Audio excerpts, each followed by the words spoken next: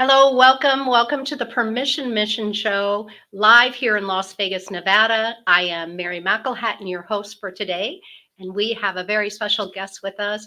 We are going to talk about some hard stuff today. Let's do it. We have our guest here, Lisa Chastain, is a professional money coach that helps passionate and successful women shed the shame and guilt around their finances to focus on healthy spending instead of restricted budgeting. Yes, ma'am. Lisa, welcome to the show. Thank you. I'm telling you, what of all topics and of all things to do in this world, why money for you? Money for me today, which wasn't always the reason, but today the reason is because I want women to be the leaders of the world financially. Awesome. So giving us women some pretty big shoes to fill. Yes. And be okay with it. Be okay with it. I want that. I want that too. And I believe that that's what will change the direction of this planet. When women have more control of more money, more ownership of more money, we will see beautiful things happen. And we're already starting to see that. But that's my primary goal. And then through the work that I do, we have a mindset that we need to heal and shift and grow to get there. That's interesting because money is one of those things similar to what I do for the show. Permission Mission is to normalize the conversation of mortality. Yep. And money's got a lot of shame on it as well as people not wanting to talk about the reality of mortality. 100% of us will go one day. And I've noticed that they are just similar, people waiting on pre-planning most times don't have the financial backing. So here you are wanting to make sure that people have money. And what really caught my attention with you, because I have budgeted. How many of you out there have attempted to budget time and time again and successfully failed, as I have? Yeah, I would say that yes. And so you have a different approach. Talk more about that. I love that you do it's not budgeting. No. Well, I also failed at budgeting over and over and over again. My mom was the one who managed all the household finances growing up. My dad was the breadwinner. My mom didn't work. And so my experience at a young age was control. My mom had control of the money, but it really wasn't hers. It was my dad's. And as a household, they came together. And the only thing that she ever really taught me, and she did it beautifully, was how to balance my checkbook register and how to pay my bills. That was what she taught me. And from budgeting then, fast forward to college, high school, when I'm starting to make my own money, I'd get these budgeting worksheets and it never worked for my brain. My brain looked at that and I was like, what do I do with this? How do I even manage it? How do I navigate it? So I have 10% allotted to this and 5% allotted to this. And then I'd go look at my bank account and I'd be totally lost in how to actually make decisions.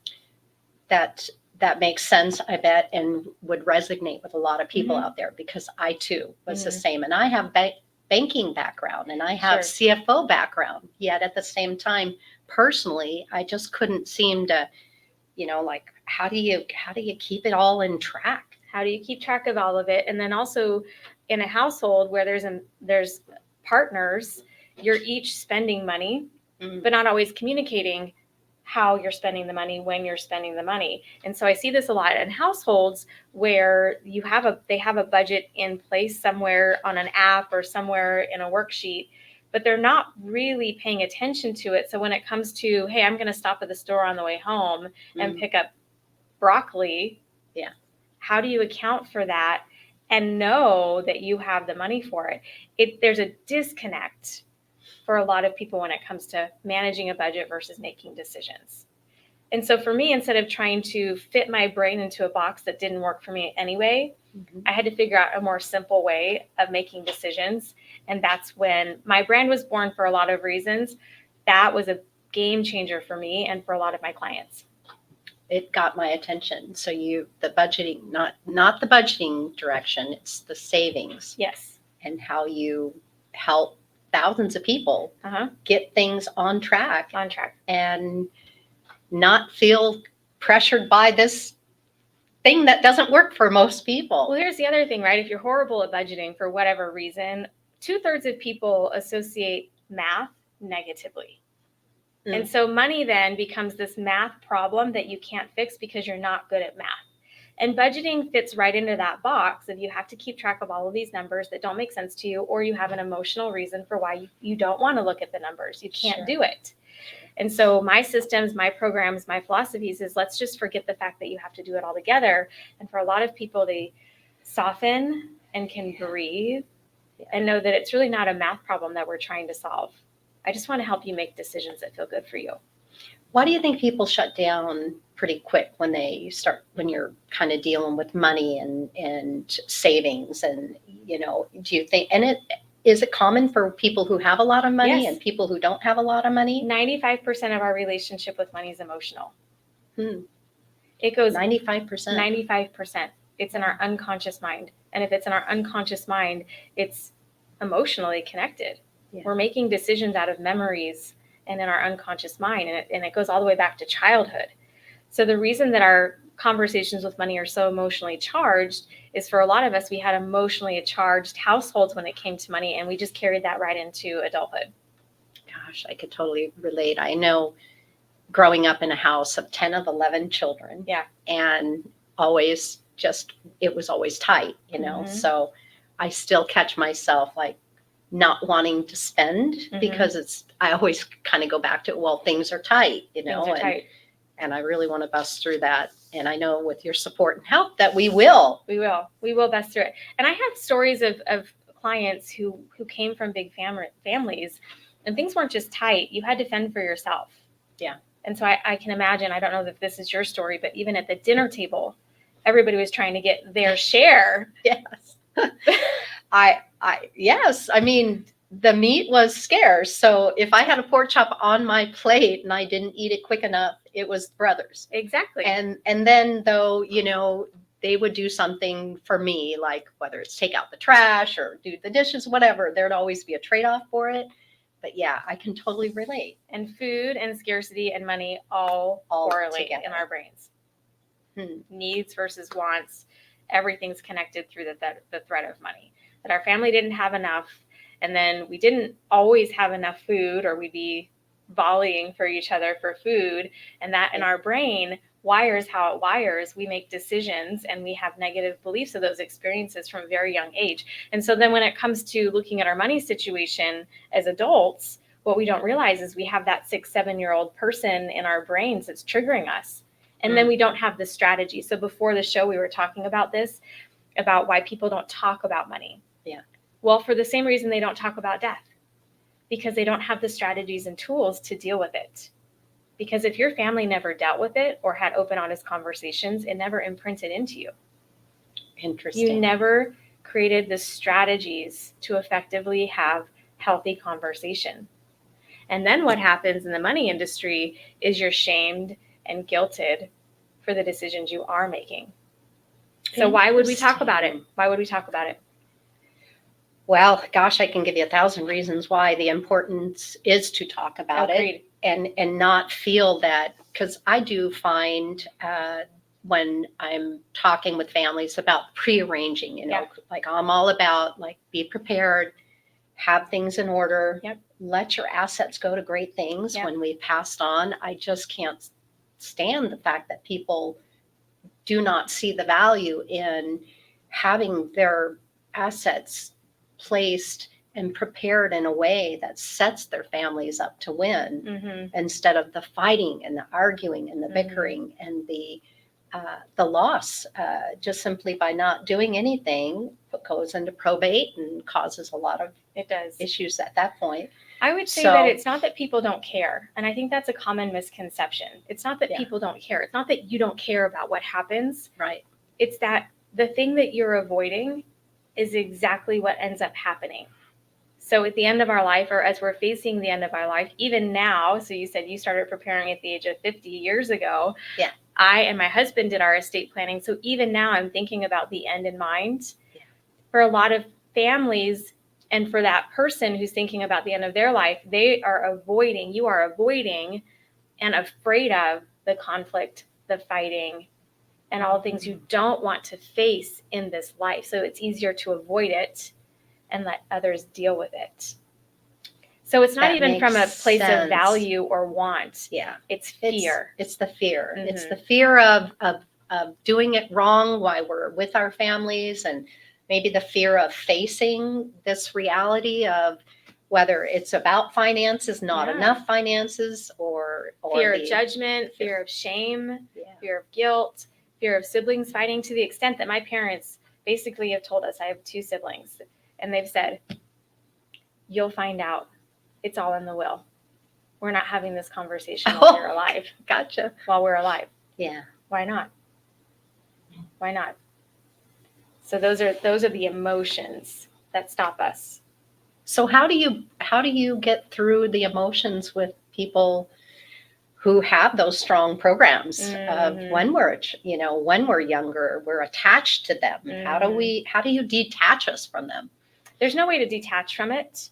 Okay. And if you're someone who really has a desire to work on it, the first thing is, I know for me, so my story, probably the most powerful experience I've had with death in my life was the death of my grandmother. Okay. And she was in a lot of ways the matriarch. And for me, she was my safe person growing up. Yeah. I had no idea the impact that my grandmother's death had on me until years later. Mm.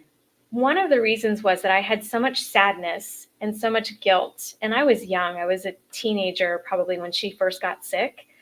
But as a family, we didn't talk about it. And I didn't have the strategies. And as the youngest child, I didn't really feel empowered to have these conversations with my family.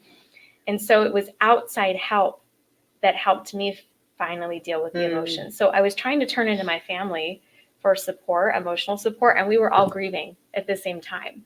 Sure. So it took me getting coaching, going through programs, learning for myself how this works, really essentially trying to heal myself in the journey, that I realized that her death had such a big impact on me. It was such a loss, and I was grieving for so long, but my family doesn't outwardly grieve. And so where was I going to go? Yeah. Where was I going to go? Who was I going to talk to? And again, the patterning is deeply onset from generation after generation. For me, it started with asking for outside help. Like, hey, here's how it shows up. I'm not getting the results that I want in my life. I feel depressed or sad for no reason. I'm in relationships that are dysfunctional. It shows up in a number of ways. I'm unhappy at work. Yeah. Well, usually there's emotional stuff going on that we haven't dealt with that just impacts and impacts and impacts. And when it comes to death, it's one of the most tragic things that happen to us, even when we die. I don't know what happens to us when we die, but our families, it's a tragic, sad thing that we all need, which is why I'm so grateful for your show. We need new tools and strategies for coping with death and coping with money so that we can live happy lives, because isn't that the purpose of life? It is. It is the only purpose in life, is to live the very best life and time that we have together, and to learn and grow. I was just talking to my mom this morning, and she actually said to me, Mary, she goes, because she loves the show. I mean, she's proud of coming from losing children herself. She's proud to be able to talk about her losses and see that that's a whole part of this life, even never knowing that you would lose a child, let alone 3. But we were just talking about how we've grown up, and matured, and through our losses, through our things that we didn't necessarily understand at the moment. Right. But like you're saying, with your whole experience losing your grandmother, good for you to reach out and get outside help and just understand that had been sitting there. I think it's in a lot of people where they don't even realize it's just dormant. It's just still there, and it's not going to go away. No. But if we can gain things like knowledge from this show, and Absolutely gain the knowledge and the understanding and some tools and techniques on how you help people get over their emotional whatever it is, their emotional thoughts about money Well, we don't really ever get over our emotions. or get through them. So Get I always through say, them. even with death, you never get over death. No. You will only find a way to get through it, and it Right. comes with you. That's what I'm finding out myself, is just like, it's just all a part of me now. That's right. And I've embraced it, and it's beautiful. And and they don't leave us. You know what I mean? Like, your grandmother is still telling you what to do in your life. She is. When I meditate, and I've learned some techniques to be able to access that, for sure. I know she's always there. But for a long time, I felt like she was gone, and I was missing something. I was longing for something. And with death and money, they're so intimately connected. Sure. They're so intimately connected. For better or worse, they are. I know there are families where I don't know if you've had conversations about elder abuse on the show. Not yet. Not yet. It is on one of the lists. It is to really bring that to the surface, so that because it's a hard thing to talk about. And it's a real thing. thing. It's happening. And it is happening every day. For what purpose? For money. Yeah, for the purpose of money. Gosh, dang it. Mm-hmm. It's relatable to money. All of it. Or family members who are just waiting for the person to die. Yeah. For what purpose? Money. It's sad to say, but I see it all the time in the finance industry. And I'm privileged in the way that I've built my business. I'm privileged to have conversations with people that they don't share. What they share with me, they don't share with anybody else. Right. And I hear on the other side of it, the anguish and the hurt and the fear and the guilt that goes with all of that. And then what do? We bottle it up and we pretend as if it never happened. Gosh, that just gets my mind just going. Like, how come we wouldn't talk about all this? How come we wouldn't? We don't have the strategies, is what it comes down to. So going back to my grandmother, what I meant to say earlier is that I was so emotionally charged, and I didn't realize it. One, because I was numbing. I was numbing in all kinds of ways. So I was trying to avoid the thing because I didn't know how to deal with it. It really felt like for a long time that if I allowed myself to feel what I needed to feel, that I was going to die. It felt like death, metaphorically. Wow. That I was going to fall apart. And I think a lot of people can relate to that, is if we give ourselves the time to grieve, or we give ourselves the time to really think about it and feel it, that we're going to lose our shit. We're going to lose ourselves. And we end up doing that anyway, but it's the fear of the actual emotion, the Hollywood version of emotion of people falling on the floor and cracking wide open. Without the right support, why would we do that? It doesn't feel very safe to do that, especially if we don't know how to patch ourselves back up and get back to living again. Sure. And so I never grieved or faced it. And I think that when it comes to death and money, we don't, because we truly just don't know how. So would you say that even like stages of dealing with money and whether, as we grow up, all of us are wanting to obviously create more wealth and strategies of how to have it work for us more than us working for it. Sure. So would you say that like even a person has to kind of grieve a little bit of themselves, the way that they were dealing with money? Absolutely.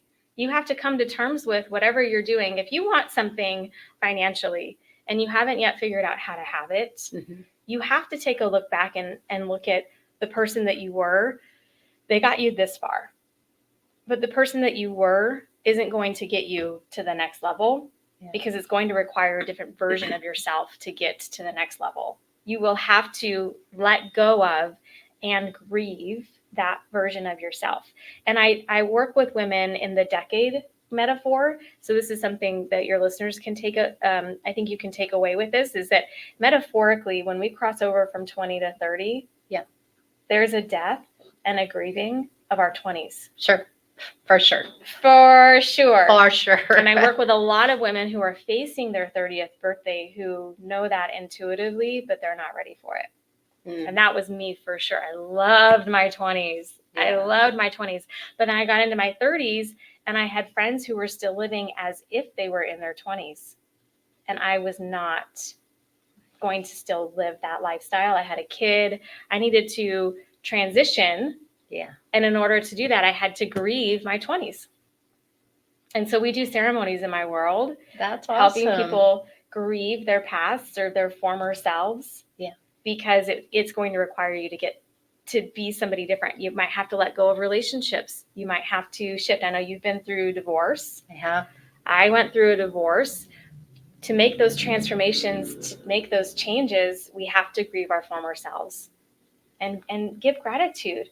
Absolutely. This person got me here. Holy wow, amazing. Okay, well, next, now I need to be somebody different. Divorce and death are the two most difficult stresses in our life. Yeah. Because they are obvious. I think divorce is sometimes even worse than death because you're mourning the person with them still there. There's a lot of love, a lot of hurt, a lot of pain. Mm-hmm. However, there is always life after divorce too. And I'm grateful for, again, just learning about, what I was capable of doing. I'm sure you've come a long way. By the way, Lisa is an amazing wife, mother, dog owner. I have 3 dogs. And I love the work that you're doing with helping people create strategies and be passionate about money instead of fearful and afraid. If anybody on the show out there has a question for Lisa, please feel free to put it in the chat. We always want to welcome you into the show so that you take advantage of our, having some real life discussions with us, because when it comes down to something that's hard, we want to make it easier. Absolutely. And would you say that what is the biggest misconception that people recognize once they've started working with you? Well, okay. So beliefs are not facts. Okay. And I would say that that's the biggest misconception, is that we think that what we believe about money is true. And so when someone comes into my world, we just break all of those beliefs apart so that someone can have the courage to decide what it is that they really want for their life. So I think that's the biggest thing, is that your beliefs are not facts. And if you have the courage to look at your beliefs, you also have to face the choices that you've made. The second is, life is not happening to you. And so there are people who come to me in what we would call a victim mindset. And I know that you've done work around the distinction between victim and responsible. I was a victim for years. I'm victim to my circumstances, victim to my money. Totally. Absolutely. So it's not my fault, okay. Someone else's fault. In my marriage, I was pointing the finger at my husband constantly about, what are you going to do about it? Because that's how I grew up. I grew up in a household where my dad was making the money. Sure. And then I ended up being a stay-at-home mom, looking at my husband saying, you are the one that needs to make the money. That was a belief that I had that I needed to challenge and shift and stop being a victim to my circumstances, being a victim to my money. Yeah. Once I took radical responsibility for my life and for my money, things changed. And isn't it feel so good? So good. So good. For better or worse, now the only person I have to look at now is in the mirror. Oh, goodness, yes. And So, they're the one we wake up with. They're the one that we go to sleep with. They're the one who absolutely has all the answers. Yeah. Right? I do believe that. I do believe that. I've been looking and searching for answers outside of myself. And let me tell you, it does never work. Meaning it's a timing thing, right? I mean, when you're ready for it, it's like when you're ready for something new, the teachers appear. Agreed. But it takes and requires a great student. It does. Because nothing's going to change unless the student's willing to do the work. Agreed. So, yeah, there's no magic formula for transforming your life or changing your life. Yeah. You have to be willing to face what you need to face so that you can get to the other side of it. What's your most rewarding story? Oh my gosh, I have so many. Sure. Just pick one. Oh my gosh. Or even a couple. When you're done and you have seen these results with your people? So there aren't many stories that I have where we were done. Okay. Right? Where it's like this happened and then this person ended up here and then we stopped working together and their life was magically better. It's a process. It's a journey. And there are remarkable changes that are happening with the clients that I work with. One in particular, I just adore her. She's in her late 20s And she grew up in an environment in the Midwest that was very traditional. You go to college, you get married, you have kids. Her siblings are following that path, and she's like, I'm not doing it. I don't want to do it. And so in our journey together, which we've been working together for 2 years, she's living the life that she wants for herself. I love hearing that. Living your own life. She's accepted that it's okay, because for so long she felt rejection from her parents. Sure. It's okay for her to live the way that she wants to live, and she can continue to be loved by her parents, but she doesn't have to live the way her parents want her to live. Yeah. And so seeing her take step after step after step into the direction of her dreams, the permission, which is why I love the show Permission Mission. Yes. You have permission. And she needed someone, and another woman, I think, to tell her it's okay.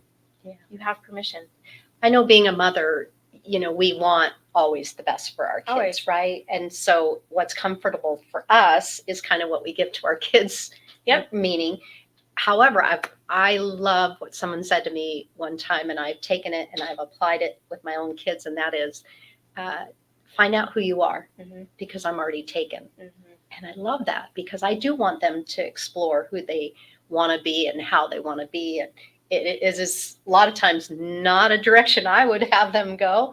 And I have to breathe and just be quiet and trust the process. And I see how they are just becoming into their own.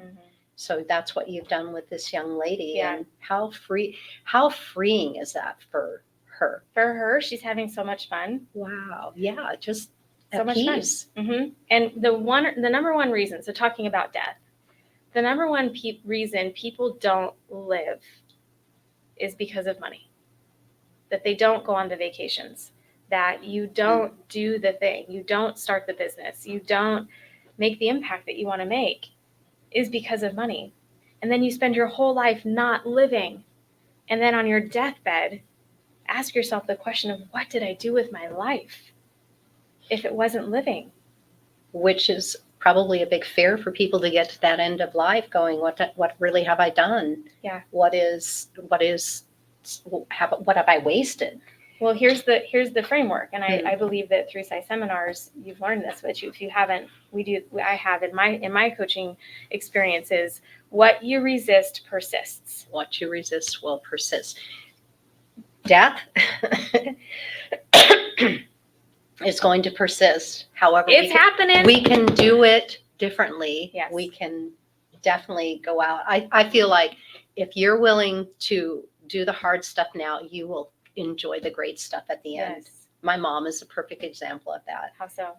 Just in the way that she really acknowledges, like, this life with all of the challenges that she's had to face and endure, and make it into something great to the end. I mean, she's happy. She's living in her little log cabin in Illinois on 2 acres, and she's happy. And she's 89. And you would think that someone having lost 3 children and a husband, and having grown up in an orphanage, and all these things that were against her, she's like, I'm making a life. I'm making it. I'm living it. I'm living my dreams. And she's such an inspiration. But to just kind of, there are a lot of people, I've heard it this way. People die in their 30s. They're just not buried until their 80s or 90s. That's exactly what happens. We have a major traumatic event. We never deal with it. Our neurology gets stuck there. We never move forward. We never truly live. Well, I think we're going to see some changes, Lisa. That's my goal. I really see your passion in it, that you want people, you're always, all your posts and all your content and all the things out there that Lisa's doing is strictly just for people, and to start living. And then the permission part of it is, yes, we give you permission to actually take that vacation. I was just in Cabo with my husband, and it was a last minute kind of thing. I wasn't going to go until I gave myself permission to go. Listen, Mary, like, you're 58, like, life's not stopping anytime soon, and this could be a trip of a lifetime. And it was the coolest thing. I was telling you about the turtles, when, the large turtles were coming out and laying their eggs. Well, we happened to be there the week that all the turtles were making their way to the ocean. Mhm. And I'm like, that's so crazy. Like these turtles just dump their eggs. Yeah. They leave their kids. Yep. Okay. They just leave them. They protect them. They cover them all up. And then they just go. That's it. And you're on your own. That's it. And look, our parents, even though some may have been great parents, some may have not, but at least they gave some time to us. Of course. I mean, so that makes a good parent right there, Yeah. as far as I'm concerned. Yeah. They could put a roof over your head. Yeah, I'm not, I'm not the greatest parent in the world. I'm a pretty good one, but it's only by learning, just by learning. I didn't come out being a great mom. Can we say, though, honestly, there is no such thing as a perfect parent? No, there isn't. And there's no perfect way of talking or not talking. There's no perfect way to talking about death either. No. Or money. It's just like what we're doing. It's messy. It's messy. And like it's you okay. have to learn. It's okay. It is going to be an emotional conversation because 95% of our lives is in the emotional body of our lives. So it is going to be emotional. What happens is somewhere along the way, we decide that emotions aren't safe. And so we stop feeling emotions. And if we decide that if it's not safe to feel emotions, I'm going to be shut down, I'm going to be made wrong, someone's right, all of the things. I know for me as a young girl, I didn't feel safe to be emotional in my family. It was like, shut down, stop crying. Yeah. So we have this emotional thing. We don't know how to deal with it. So we go back to what we know, which is shutting down, numbing, working, becoming addicts, workaholics, all kinds of things to fix something that cannot be fixed in that way. And I would say I'm so excited to be on your show, and let's talk about whatever you want to talk about next. But when you have the courage to face your own death is when you also have the same opportunity to decide to live. She said it. I did not set her up to say that. You get it. It is about living. It's not about dying. I do my best every single day to educate individuals on the importance of having this talk today while you can, while things are okay, on a logical day. And, I was telling you earlier, like I had hangups this week and I was like, okay, I'm quitting. I don't need to do this anymore. I'm out. It's not my job to make everybody aware of, something they should already be aware of, like, and then I'm like back in my heart going, no, this is important. I care about families. I care about people staying together. I care about people who have worked their whole lives, having that make a greater impact, because I believe we do have an abundant world. Yeah. We just have a massive distribution problem. Yep, we do. And it's not being distributed where Correct. It can be. And now we have ways that we can, because we're doing this. Yep. We are doing this. I agree. Are there any questions in the chat? Anything? No. Okay. All right. Looks like we're on our own, Lisa. Okay. So I was going to ask you if you could give me some advice on helping families save for their pre-planning, the inevitable, their end of life planning. Okay, so saving in and of itself is a practice Okay. and a skill set. And saving, what I see most families do when they come to me is that they're saving maybe. So first you have to learn how to save. That's the first thing. Okay. The second thing is I teach this in the form of spending and saving, is having different buckets for different purposes. Okay. When you allocate and you have specific money channeling in and funneling into a bucket for a purpose, you are much more likely to keep it there because your brain knows what to do with it. Okay. So, for example, saving for retirement in and of itself is not a goal that I would set with any client, because, well, what do you want to retire for, and for what purpose will that money be used in retirement? And then we start to engineer a plan into retirement. Saving for the sake of saving never works. Okay. Because there's no purpose to it, and eventually you're going to use it for whatever. Sure. Whatever like comes your way. emergency comes up. Whatever, right? Yeah. Also, I'm not a fan of calling emergency buckets. Why? Are you really attracting an emergency into I your don't life? want an emergency. No. No. No. So we Okay. call it something else. We call it a reserve bucket. Okay. Or we Reserve. right, I a like reserve. it. Like just kind of a back burner, or not even burner. I don't want anything negative on it. That's Is right. that what So you're safety saying? and security are the Okay. two reasons that people will say when I go into audiences, I ask them what's important about money to you. Security is like the number one thing. Okay. So we put spins on that word and something that feels good, and it could just be, here's my safety blanket, here's my cushion. That's a much better way of saying it. This is a soft landing for me, so that I have that, so that if I know I have that, I have permission to go live my life because I have this safety net instead of my emergency reserve, which then I'm just attracting emergencies into my life. So first of all, learn how to save, and learn how to put money in different buckets for different purposes. And then also I would say educate yourself on what, and I know this is what you do for a living, and then also on the show, is educate yourself on what the actual costs will be. And then create a bucket specifically. So I'm 44, going on 45. And if I know that it's $20,000 that I need, for example, I want to make sure it's earmarked in that way, so that in our will, in our estate planning document, it's all laid out there. We have this much for this much, we have this much for that much. And so someone else knows where the money is and for what purpose.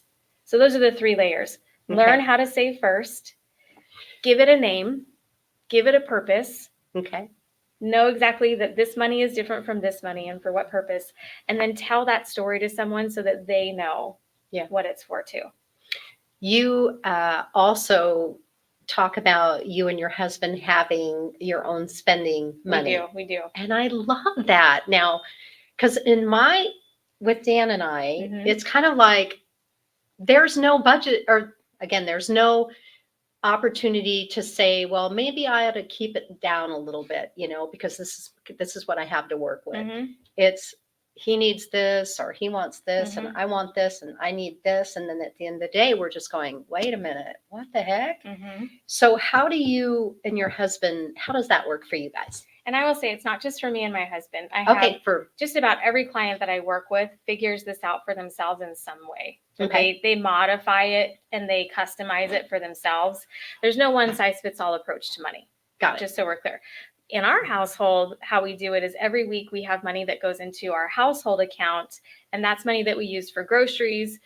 We're going on date night tonight, so we'll use that for date night.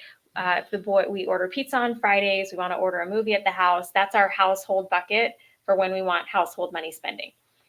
Jimmy also then gets, I think he's up to, don't quote me on this, because it started at $200 a week, and incrementally it's gone up because he keeps asking for a raise. Oh gosh, that's funny. It went to $250, and I think it's at $275 a week. No questions asked. I don't even care what he spends the money on. That is his money to enjoy. Right now it goes to Dixon flannels because he loves Dixon flannels. Oh, but also he can spend it however he wants to spend it. I don't care, because the rest of our money is planned. The bills get paid. And that's a very healthy approach. And I have other households that do the same thing. And it's transformed families. It's transformed households because you're not fighting about money anymore. I was going to say, because money is kind of the root of a lot of divorces. Yeah. Because they're not communicating effectively, and one may be spending more than the other. So there's a lot of arguing, a lot of resentment. And you're saying build, to each his own family, structure it in a way that it works. Yes. And you probably feel really good about yours. I feel being great. able to spend what you want, your amount. Yeah, I have my business and I have my business account. So he's like, yeah, but you have your business. I'm like, well, it's not like that. It's not like I'm just pulling out thousands and thousands of dollars for myself. But I have Louis Vuittons or no.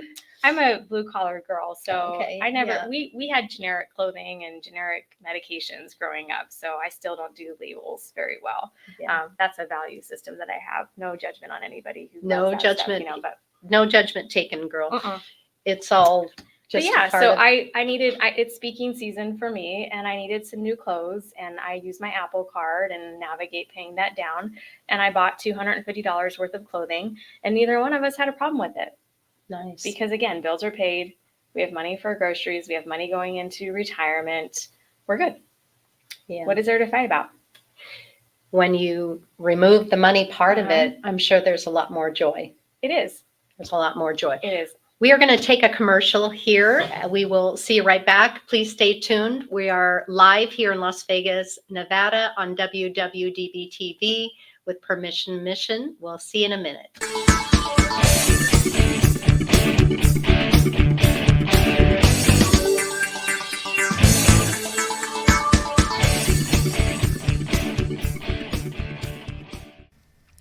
Hello, folks. This is Mac Jackson Jr. from Vanderson Cyber Group. The problem with businesses today is that they are affected by cyber attacks from around the world, but companies are not sure of what to do. Normally, they are reactive instead of proactive. But folks, cyber attacks can affect your bottom line, and it will affect you financially, legally, and your business reputation. Here at Vanderson Cyber Group, we can help you develop a policy by training your employees on what to do if they are involved in a cyber attack and how to mitigate it and fight against it. Folks, we call it here #StayCyberWoke. And that's Vanderson Cyber Group here in Las Vegas and around the world. You can reach me, folks, at VandersonCyberGroup.com or my website, MacJacksonJr.com as well. Here locally, 702-868-0808. Give us a call today, folks. We must fight back.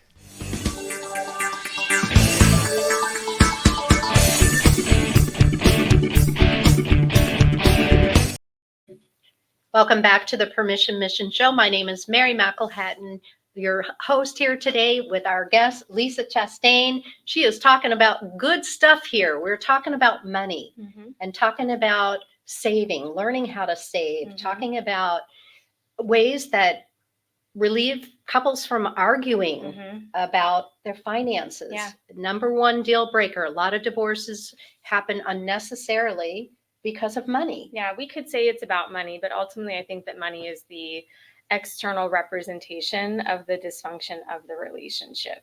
Because if you're not on the same page about money, what else are you not on the same page about? And how we do one thing is how we do everything. So in a relationship, money tends to be the focus because it's the one thing that we can see.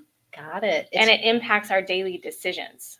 It causes conflict because it's a conversation about resources and decisions and power and struggle. And so it comes up as the number one reason, and it's also not really the reason at all. That's interesting because that makes total sense. We want to make it about something. Yet a lot of it is a lot of other things that are kind of, you can always blame it on money if there is none. That's right.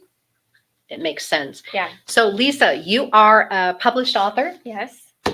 And I hear some good news Yes. of something coming out soon. So please tell our audience more about that. Okay. So my first book, Girl, Get Your Shit Together. Get your shit together. And we do get to say a little bit of cuss words on this show. It's our show. Amazing. I love that.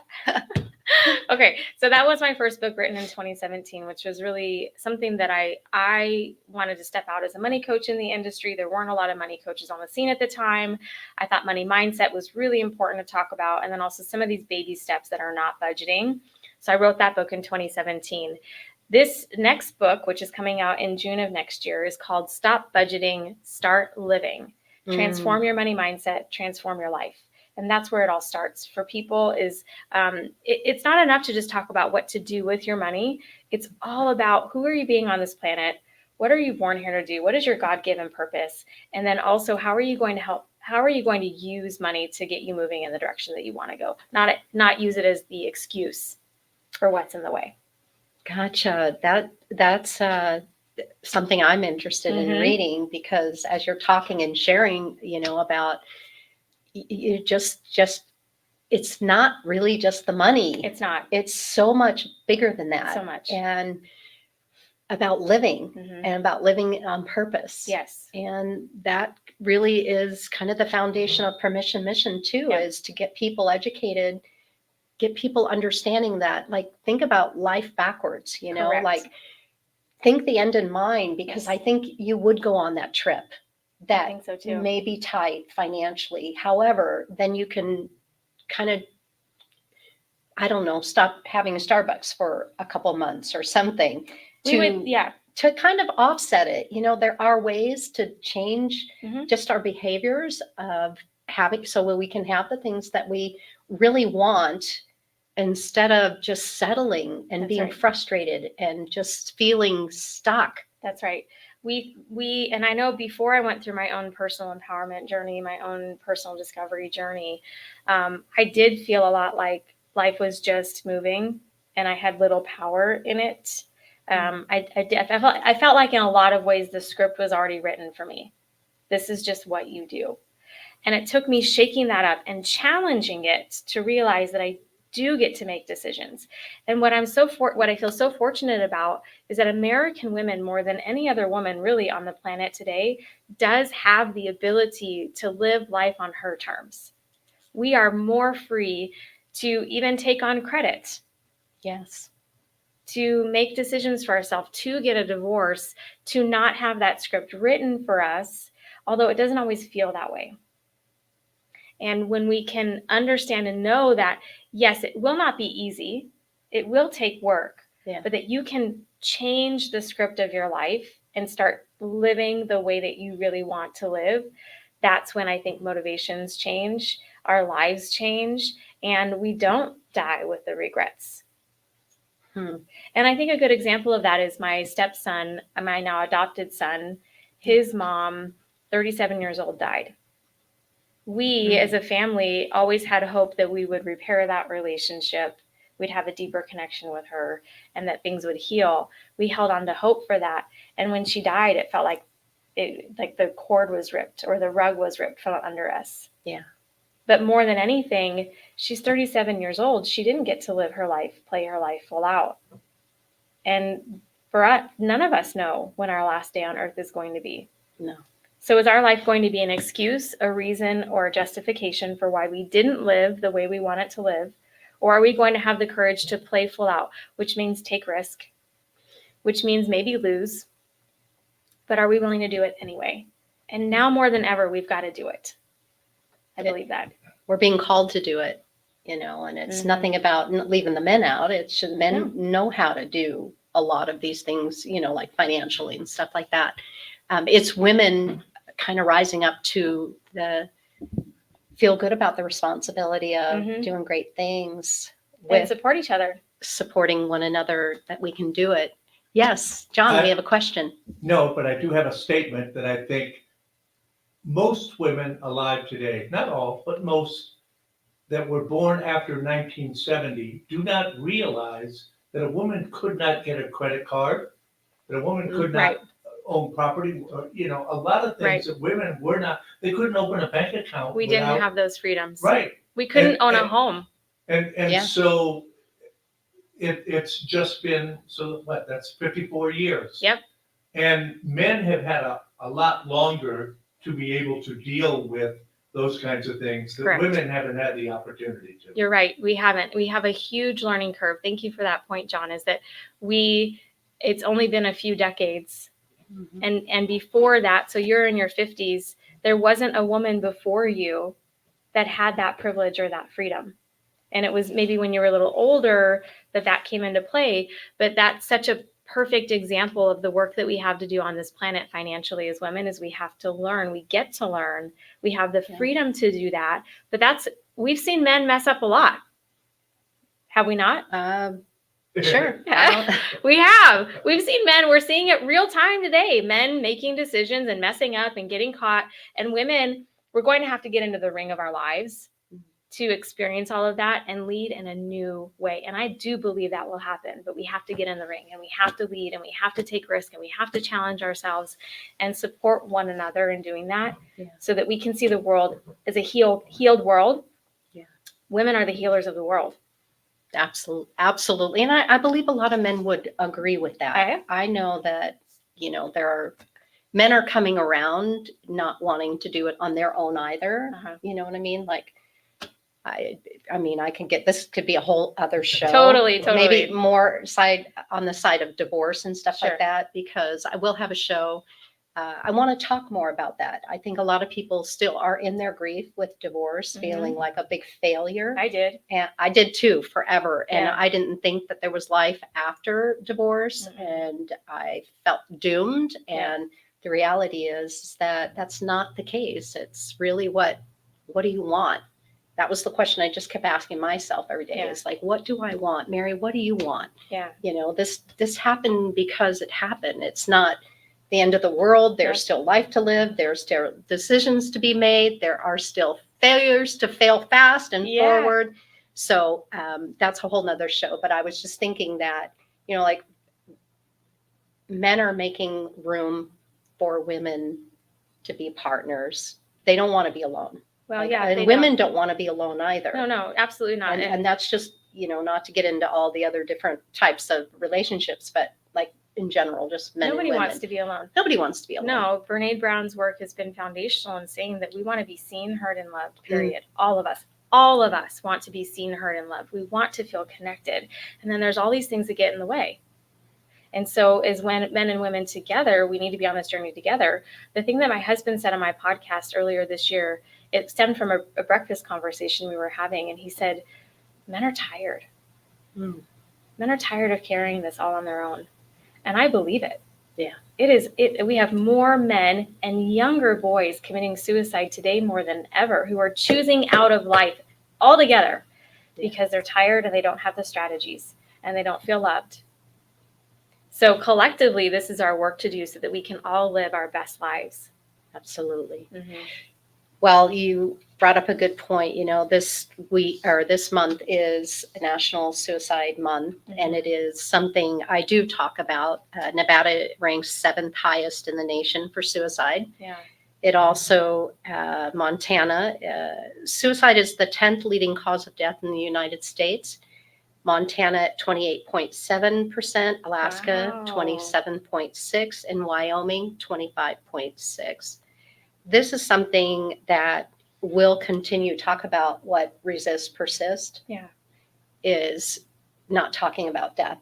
Suicide is something we need to talk about. We can talk about. And if we get it into the homes of these individuals who have never had anybody actually say to them, you know, what is death to you? What is, you know, and like hear the discussions coming from that one question. I really believe that people will be less likely to take their life they're not educated about death. No. It's kind of just like it's not a one for all fix, right? It's just a temporary moment. I mean, in my teenage years, am not the same person. My life in my teenage years is not the same as it is today. And that's where a person who's going out is just that, and not have permission to open up how alone they are and how it is the solution that they feel is the only solution that they have, and they don't. Yep. My son, after his mom died, was suicidal. And we threw ourselves into the work of figuring out how we can help him and support him. And the most impactful thing that came to me in that time was that the pain feels so much that they just don't know how to not be in pain anymore. They just don't know how to not be in pain anymore. And so when we can have tools and support and conversations around the pain, we can walk through the pain to the other side. Wow. That is, thank you for sharing that, and also for being a pillar for him, being in his life. And you just recently adopted him as your son. Yep. Yep. And it came from lots of open, honest conversations, holding space for his anger, holding space for his rage, not making him wrong for feeling the way that he felt or that there was anything wrong with him. It required a lot of my husband and I to take care of ourselves also, because we were dealing with so many emotions on his side, and telling him over and over and over again how much we loved him, how much he mattered. And teenagers don't have perspective. What's happening to them in that time of their lives is the only thing that's happening to them. Yeah. It takes us getting through our teenage years to have perspective on it, heartbreak or otherwise. So mentorship, modeling, emotional responsibility, emotional health are some of the best things that we can do. And interestingly enough, I'd be curious with Montana, Alaska, and Wyoming alone, because those are 3 states with a high concentration of wealth. Interesting. So there are rural areas and communities, but there are high concentrations of wealth in those areas. So I'd be interested to see the correlation between the suicide and the wealth and the statistics there, because money can be just as isolating as anything else. I've got chills, just kind of like you're hitting some real nuggets. Yeah. You are hitting some, like, that's it. That's the button. Mm-hmm. And yeah, I'd be interested to know too, because it is, I mean, it's something we've got to look at and we want to address, and we want to become, create some strategies. I'm Right. going to continue using that, Lisa. I love More that. strategies. So what are 2 hot habits that we can start today? We're going to end the show here. Our time is, see how fast it went? So fast. It went so fast. So Okay. what are 2 habits that you can have somebody start today on the practice of saving? Okay, saving. Well, first of all, create different savings buckets. Okay. So if you're going to start saving, start with at least 2 savings buckets. And I just did a talk about this at a corporation in Las Vegas last week. And I said, there's only 2 reasons to save: now and later. That's it. Keep it so simple, you guys. Keep it so simple. You need money later for things, and you need money for now for things. And the one thing that families will constantly go into debt for is travel, because those are priorities and life experiences that people want. So be honest with yourself about what you need money for, and learn how to save for the now first. Okay. Which is, people are all stressed that you're not saving enough for retirement, you're not saving enough for education, you're not saving enough for emergencies, you're not saving enough for all these things, which is in the future. But make sure you have the money to live your life now. Right now. So put money away for travel first. That's a novel concept. Enjoy your life now. So then once you have money in travel, isn't it that much easier to save for your future? Yes. Because you can live now. Yes. Right? So that's one strategy. Learn how to live and save for money for now and the things that you really want to do. It's life-changing. And then the second thing when it comes to saving is be honest with yourself about how long you're actually going to live. Be honest with yourself about how long you're actually going to live. Yeah. So my family lives long. My aunt, not my great aunt even, my aunt is 89 years old and there's no stopping in sight. My dad's 82, there's no stopping in sight. My grandmother lived until her 90s. So I'm going to live to 100. Awesome. As long as God willing, I'm going to live a long time. And for women, we live longer than men. So be honest with yourself, because if you're saving for just like an itty bitty retirement or something, you're not, like, you have to own how much life actually costs. Yes. Yes. So make sure you enjoy your life now, but really be honest with yourself about how long you're really going to live, because those retirement numbers, those are realities. And if you're not saving enough, well, if you're young and you're watching this, you have choices now, or you won't have choices later. You said it. You won't have choices later. So how you can get a hold of Lisa, because she is just a I'm on fire powerhouse today. She is on fire. You can check in with Lisa. How can they get a hold of you? What's the best way? Follow me on Instagram Okay. at Savvy Money with Lisa. That would be great. I'm very active on Instagram. Or head to my website. You can take a money personality quiz on my website. Find out what your money personality is. And that's LisaChastain.com. Wonderful. Thank you, Lisa, for being here on the Yeah. show today. I know that I've gotten some great nuggets. I know that our audience will get some great nuggets out of it. Everybody remember the 5-second rule: favor inside and value everyone and everything. Have a great week. We'll see you next week. And next week, I am saying it here, the Dukes will be here. Yeah, the Dukes will be here. The Dukes of Hazzards will be here next week on the show. So you've got to watch it. Tune in. Thank you so much. Have a great week.